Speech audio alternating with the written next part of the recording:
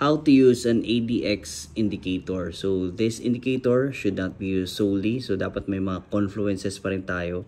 And ito, very simple lang, no? And this indicator confirms trend kung gaano kalakas or measures kung gaano kalakas yung trend. Kung upwards ba yan or downwards ba yan. So this one, itong line na to na pataas, ito ADX. Kahit pababa yung market, pataas siya kung malakas talaga yung trend niya. Ayan. So pero dito, since we are on a bullish setup, and it confirms that it is a powerful trend. Okay? So hindi ibig sabihin na tumataas siya malakas yung trend na yun. So it's not pwedeng gapang lang yun, and eventually will just be falling down. So dito kapag pataas yung trend, dapat around 25 na siya pataas. So dito pa lang, kung dito pa lang nag 25 na siya, then it's confirming that there's a trend. So dito kung ma-check natin, yan. So yan. Okay. So dyan sa linya na yan, dyan nagsimula yung trend. So dyan sa breakout na yan, so sa breakout ng 4019, nag-breakout, then it went up 4019 to 4180. Ayan, so it confirms the trend, may laki-laki yan. So kung nasabayan nyo yan, ayan, so meron ding MA cross, so moving average cross, then the trend confirms. So yan yung isa sa mga pwede nating gawin. So then we can ride the trend as long as it doesn't violate the other moving averages or other resistances or support, then pwede pa, So again, use other overlays or indicators when using ADX, just to confirm. This is just to confirm the trend. Okay, so dito, yan. So since kasi si gold is in an all-time high, wala tayong other references. So dito, yan, ang reference lang talaga natin is yung moving averages natin. So at 60, yan, so sagad-sagara na yan at 62. So kasi kapag above 60 na yung ADX mo, it's possible or very prone na sa reversal. And it did happen. So pero it only bounced back to the moving average natin. Yan, sa 4,089. Yan, so $100 down only to get back up. Yan.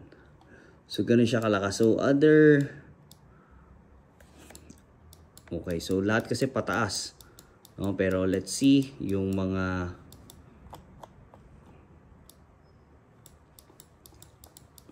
yan. So ano pa tayo dito? And there. So as you can see, tumataas si ADX kahit na ito pababa. Ayan. Pababa siya. Ayan. Pero si ADX pataas, Kasi kapag pataas siya, it confirms the trend na itong wave na to pababa, it's very powerful. Ayan. So here, ayan. So kung nagsimula ka dito sa taas, Ayan, kung nagsimula ka dyan, yan. Once na nabasag niya, so syempre support and resistance pa rin.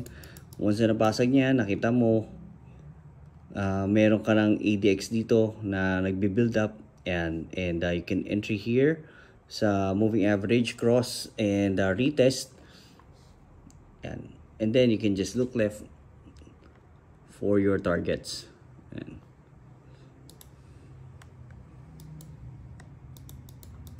So that's a previous resistance turned support. Ayan. So naging support yan for a while hanggang sa nabasag siya pababa, but only to go back up.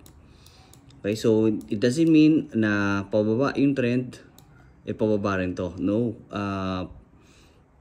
Basta malakas yung trend, it's gonna go up. So just like this. Okay? Yan.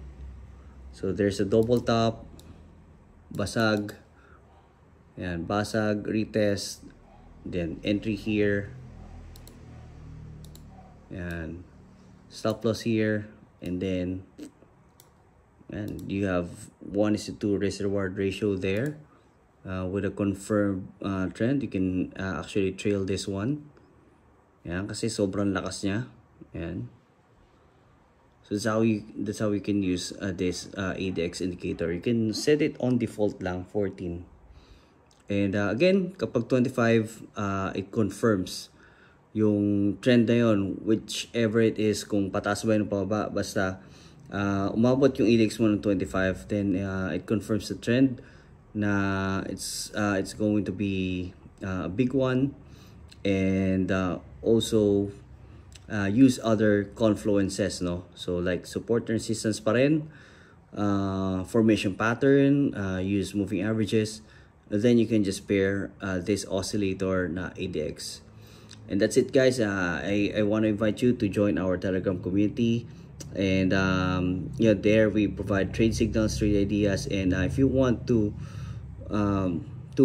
start your trading journey, then you can also check our bio for the link. In our trade Telegram community, we provide free webinar every week, so you can join us there. So see you in our Telegram community.